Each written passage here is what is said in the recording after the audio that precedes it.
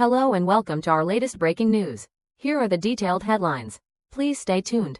According to TRUESCOPE, Ukraine and Russia attacked each other overnight. Ukrainian drones struck Russian assets at Black Sea ports while Russia attacked many areas across Ukraine, including the capital, Kyiv.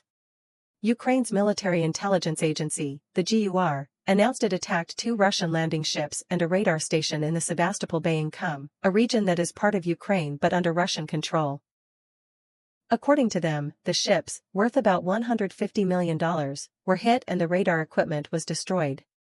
The Ukrinform news agency reported that Russian military units in Crimea are conducting large-scale mine clearance operations along the coastline and adjacent waters of the peninsula. This is an effort to prevent potential landing operations by Ukrainian defense forces. The information was shared by Mr. Vladislav Voloshin, spokesperson for the Ukrainian defense forces in the south, with the state news agency Ukrinform. Ukrinform quoted Mr. Voloshin as saying, "According to our intelligence data, to prevent a landing by Ukrainian troops on the Kyiv Peninsula, Russian units stationed here, also known as the Kyiv Tactical Group, are intensively setting up obstacles using naval mines and explosives. They are using both anti-tank mines and anti-personnel mines all along the coast." Also, according to the spokesperson, the Russian military is trying to maximize the fortification of their defense system along the coastline by creating dense minefields and technical barriers, not only on land but also in coastal waters. Mr. Voloshin emphasized that Russia is trying to clear naval mines from almost the entire coastline, numbering hundreds or even thousands of mines. The beaches have now turned into minefields with all sorts of barbed wire barriers. This is happening not only on the shore but also underwater. They are blockading everything because they are very afraid of a landing on the Crimean peninsula. The ship seizure escalates tensions. Iran sends a tough signal to the U.S. In a recent statement, Iran's foreign ministry condemned the U.S. forces' seizure of the Iranian-flagged cargo ship Tosca and called for the immediate release of the vessel, its sailors, crew, and their families. According to CNN, the statement clearly stated that the Islamic Republic of Iran will use all its capabilities to protect Iran's national interests and security, as well as the rights and dignity of its citizens. Another thing is also clear: the U.S. bears full responsibility if further escalation occurs in the region. Earlier, the U.S. Navy opened fire and seized the aforementioned Iranian-flagged vessel after it tried to break the U.S. naval blockade in the Gulf of Oman. A video released by the U.S. military shows a guided missile destroyer firing at the Iranian vessel and Marines rappelling from a helicopter onto the ship's deck. Before issuing the latest statement, Iran had warned it would retaliate for the U.S. seizure of the vessel. According to Iran's foreign ministry, the seizure of the Tosca is extremely dangerous and criminal. It is still unclear how many people are on board and whether they are Iranian citizens. Regarding the fate of the Tosca, analyst Carl Schuster, a former U.S. Navy captain, believes the vessel will be taken to an anchorage or port for inspection or appraisal. After that is completed and the cargo is identified, the ship could ultimately become property of the U.S. government as a prize. Jennifer Parker, a non-resident fellow at the Institute, commented that under naval law of war, a ship can be seized in such a case when it is trying to breach a blockade. If they want to keep the ship for a period, the case would have to go before a prize court. Regarding the fate of the crew, Ms. Parker said it depends on their nationality. She said if they are Indian or Filipino sailors, they will likely be removed from the ship and repatriated. If the sailors are Iranian, they could be detained. Or if there are members of Iran's Islamic Revolutionary Guard Corps on board, they could be treated as prisoners of war. If carrying weapons or military equipment for Iran, the crew could potentially be detained. The seized Iranian ship in questions about dual-use items on the H1 route. Reuters, citing maritime security sources, reported that the Iranian-flagged container ship Tosca, recently boarded, controlled, and seized by U.S. forces, was highly likely awaiting dual-use items that could serve both civilian and military purposes.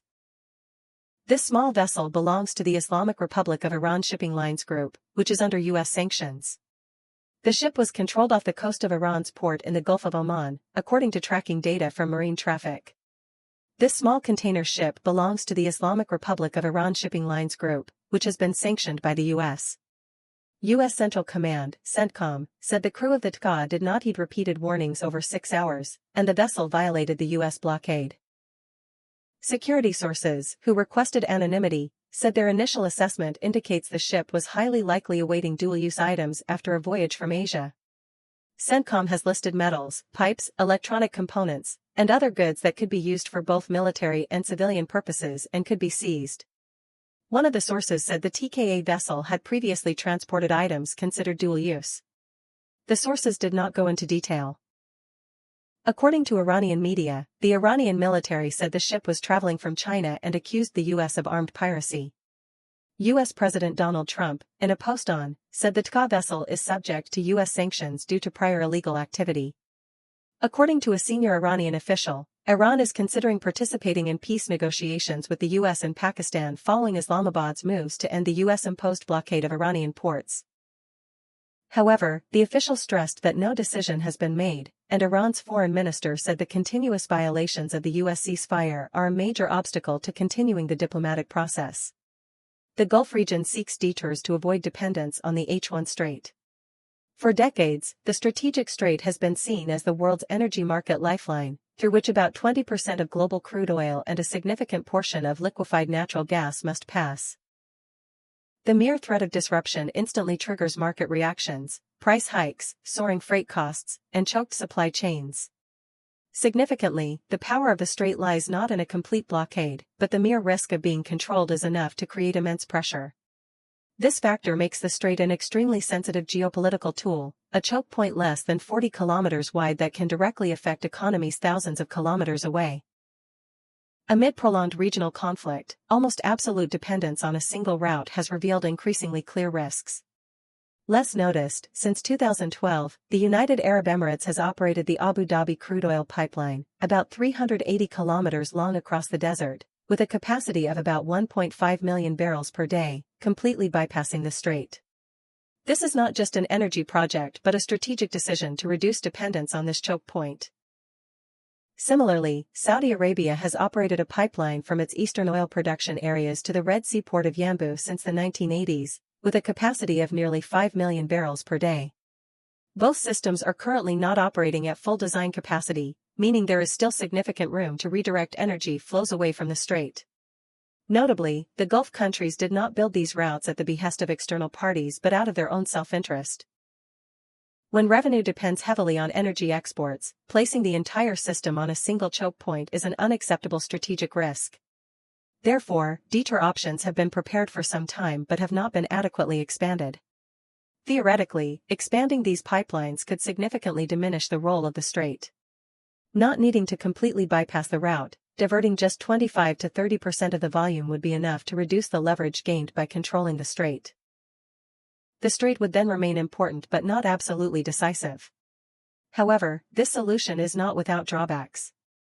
The Saudi pipeline, while avoiding the strait, leads to the Red Sea and forces ships to pass through the Bab el-Mandeb Strait, another choke point with inherent risks. Recent developments show this area could become a new source of instability, significantly reducing the benefit of bypassing the first strait. Meanwhile, the UAE model, ending at Fujairah, is considered more effective as it connects directly to the Gulf of Oman without passing through a second choke point. However, fixed pipelines are also easy targets in conflicts, requiring significant investment in protection, redundancy, and backup to ensure continuous operation. Another often overlooked factor is liquefied natural gas. Unlike crude oil, LNG is difficult to transport by pipeline on a large scale due to complex technical requirements.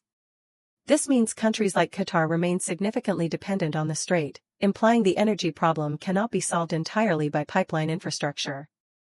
Amid a region prone to volatility, relying on military solutions to ensure freedom of navigation always carries escalation risks. Conversely, investing in alternative infrastructure is seen as a less confrontational but long-term effective approach. Advanced U.S. UAVs shot down repeatedly, exposing fatal weaknesses to Iranian air defense. Recently, a senior Iranian officer, who claimed to have shot down a US F-35 fighter jet that violated Iranian airspace, said, "We have completely destroyed a Lockheed Martin technology, the legend of stealth fighters has ended." This officer also noted that his colleagues are on the battlefield day and night hunting for enemy targets. Furthermore, in the Furious campaign, numerous US MQ-9 Reaper drones have been shot down at an alarming rate. At least 24 have been lost since the conflict began, equivalent to about $720 million. A number sufficient to show the severity of the damage. However, the issue is not just about money. These losses expose a core weakness of the Reaper when operating in an environment with modern air defenses, something it had hardly faced before. Debuting in 2007, the MQ-9 Reaper was designed for long-range reconnaissance, surveillance, and precision strike missions. For over 20 years, it operated effectively in Afghanistan, Iraq, and Syria, where the enemy had negligible or no air defense capability. Along with the MQ-1 Predator, the Reaper became an aerial target hunting machine, loitering for tens of hours to track and attack. But the conflict in Iran is completely different. Unlike previous militaries, Iran possesses a layered air defense network including radar, surface-to-air missiles, and electronic warfare systems. In this environment, the advantages that once made the Reaper excel become fatal weaknesses. First is speed. The Reaper flies quite slowly, only about 480 km per hour, not much faster than a small civilian aircraft. This makes it an easy target for air defense missile systems. Second is its large signature, making it difficult to hide from modern detection systems. Finally, its predictable flight path. The Reaper often loiters over an area for extended surveillance, inadvertently giving the enemy time to track and lock on. As a result, most downed UAVs were shot down by air defense missiles, especially in heavily defended areas like Isfahan, Sirat, or the Kems Heights. Additionally, some cases involved electronic jamming, base attacks, or even friendly fire. Nevertheless, the MQ-9 Reaper is not completely obsolete. It remains the backbone of the US ISR, intelligence, surveillance, reconnaissance, network, providing persistent tracking capabilities that few other platforms can replace. As numbers dwindle rapidly, the US surveillance scope also shrinks, forcing greater reliance on other systems. Replacing the Reaper is also not simple. Each unit takes 2 to 3 years to produce, while supply chains and procurement speed are limited.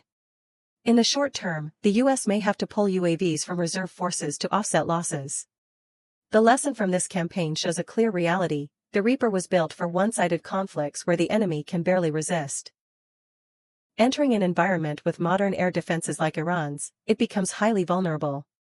Expert points out Iran's unexpected attack move.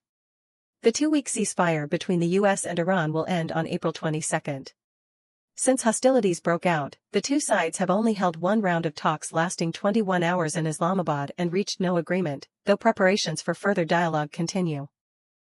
Subsequently, the US military tried to block vessels arriving at and departing from Iranian ports, and Iran refused to reopen the said strategic waterway. Retired US diplomat Charles Freeman said Iran thwarted US military plans by proposing to open the Strait of Hormuz.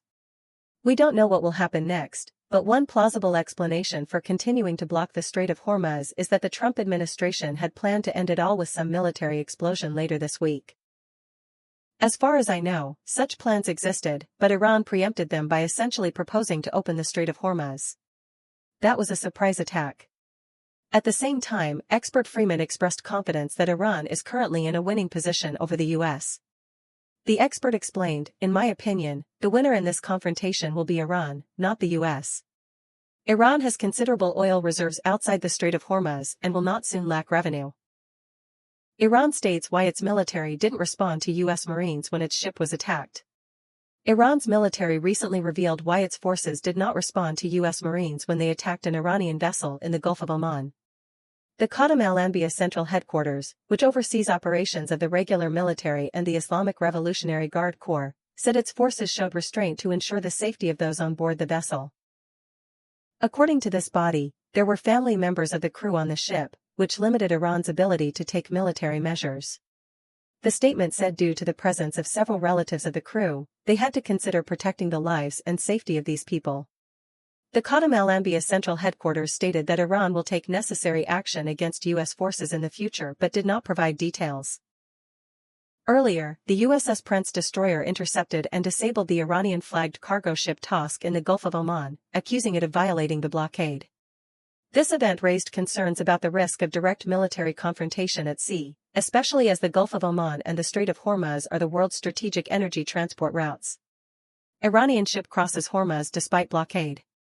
US reveals new agreement with Tehran surpassing Obama era. TNIM news agency reported that the Iranian-flagged cargo ship named Soja is moving through the Strait of Hormuz, defying the US-imposed blockade. According to sources, the vessel left the port of Sahat Gra near Bandar Bas and continues its voyage towards the port of Kamla in India. Jazeera said it could not independently verify this information. However, tracking data from marine traffic shows Soja 2 is currently active in the Strait area with India as its destination. Meanwhile, U.S. Central Command, CENTCOM, responsible for U.S. military operations in the Middle East, posted a series of images showing U.S. forces intercepting a vessel linked to Iran as part of the naval blockade campaign. Earlier, U.S. forces opened fire and seized an Iranian-flagged cargo vessel after it tried to break the naval blockade in the Gulf of Oman. The U.S. military also confirmed that a destroyer fired multiple rounds at an Iranian-flagged vessel attempting to violate the naval blockade. In a statement, CENTCOM said the USS SPR intercepted the task as it headed towards an Iranian port for violating the blockade. CENTCOM stated that after the TSA's crew failed to heed repeated warnings for 6 hours, the USS Spions ordered the vessel to evacuate the engine room. Subsequently, U.S. forces disabled task's propulsion system by firing multiple rounds into the engine room. Meanwhile, U.S. President Donald Trump said he is very unlikely to extend the 2-week ceasefire announced on. He currently considers the ceasefire agreement with Iran to end on the evening of April 22, Washington time. But he is very unlikely to extend it further if no agreement is reached with Iran. President Trump believes a potential agreement with Iran would be much better than the Joint Comprehensive Plan of Action, JCPOA, alluding to former President Barack Obama's nuclear deal with Tehran. In a post on social media, Trump criticized the JCPOA as one of the worst deals regarding U.S. national security, while emphasizing his approach would prevent nuclear weapons possession and ensure regional stability at a higher level. He also mentioned the issue of releasing frozen Iranian assets and past cash flows, arguing that any agreement under his tenure would be different in both structure and outcome.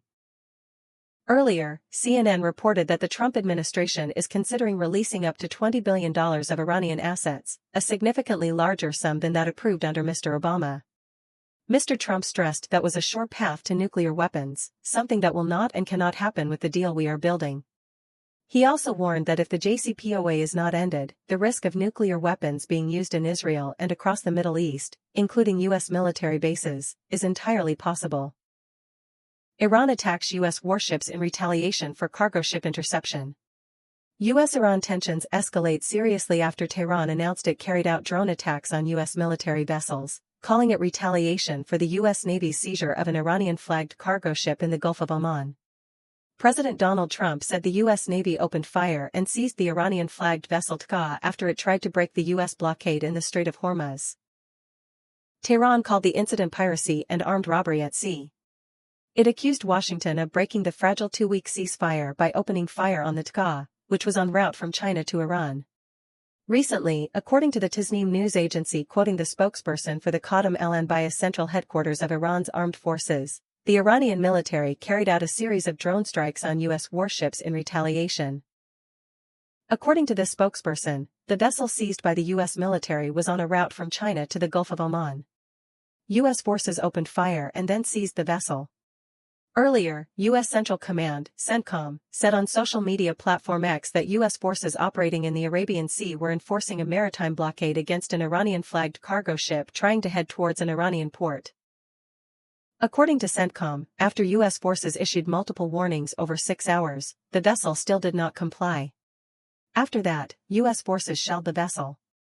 CENTCOM said U.S. forces issued multiple warnings and notified the Iranian-flagged vessel that it was violating the U.S. blockade. After the crew of the TCA did not heed repeated warnings for about 6 hours, the USS Sporrance ordered the vessel to evacuate the engine room. The USS Sporrance then disabled the TCA's propulsion system by firing multiple rounds from its 127mm 45 Malawian Quachas deck gun into the TCA's engine room. The statement added that U.S. Marines from the 31st Marine Expeditionary Unit then boarded the non-compliant vessel, which remains in U.S. custody. Tehran considers this U.S. interception a violation of the ceasefire and an act of disabling the ship's navigation system. The Iranian military spokesperson emphasized that the country intends to continue responding to attacks from the U.S. The spokesperson said that by violating the ceasefire, U.S. forces attacked an Iranian commercial vessel in Omani waters. They destroyed the ship's navigation equipment and deployed troops on board, carrying out a clear action against the vessel. We warn that Iran's armed forces will soon respond to this armed action by the U.S. side. Iran catches US off guard, Washington's allies alarmed. A recently released Iranian video shows images of drones, missiles, and launchers arranged in underground bases, along with scenes of missiles being fired from the ground. According to a New York Times report, the US could deplete expensive weaponry due to the conflict with Iran. One of the main outcomes of the war with Iran is that Tehran has proven itself a formidable and unusually capable adversary. Iran not only showed its willingness to counterattack but also launched a swarm of cheap drones at the US and its regional allies. The article concluded that just the first 6 days of the war with Iran cost the US $11.3 billion. The White House and the Pentagon have not provided latest estimates, but the American Enterprise Institute, a conservative think tank, estimated in early April that the US has spent between $25 and $35 billion on this war, with most costs going to interceptor missiles.